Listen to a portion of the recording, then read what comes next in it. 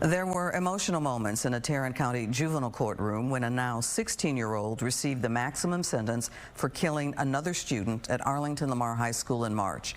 The minimum sentence he could have received was probation. Instead, the teen was sentenced to 40 years in confinement. Fox 4's Sean Rabb has been following this case closely, and he joins us live from Fort Worth. Sean.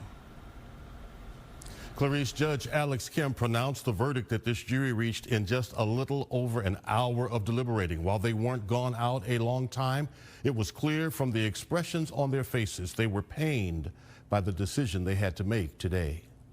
Sentence him to the Texas Juvenile Justice Department for 40 years. It is the maximum sentence for killing Jason Poirier when he fired shotgun blasts at a group of students outside Arlington's Lamar High School.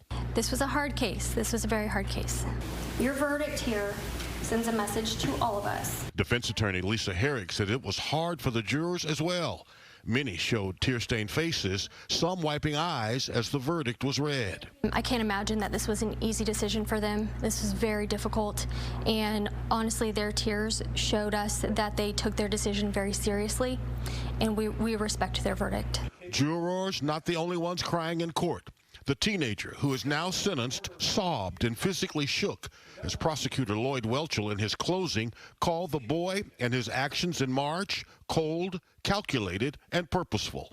Well, then maybe this finally dawned on him the seriousness of what he did. If it took 6 months, that speaks volumes as to really who he is. The 16-year-old girl who was hit by a buckshot pellet in her face, and her mom speaking to us as well. We've obscured their faces and won't use their names. As of right now, I do feel content with the verdict.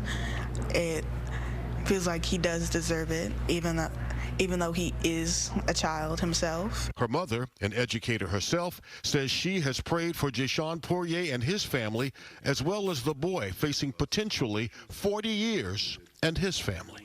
Sometimes people, and not just children, but people have a hard time expressing themselves in a way to say, I'm being hurt, but to hurt someone that is totally innocent is not okay.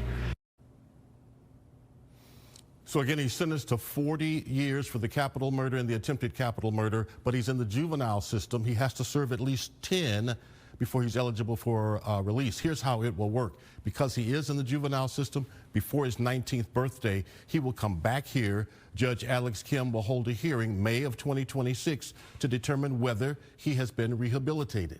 If he has, the judge can release him from confinement, place him on parole for the remainder of that 10-year sentence. If not, the judge will transfer him to the adult prison system where he will serve his time. Sean, thank you.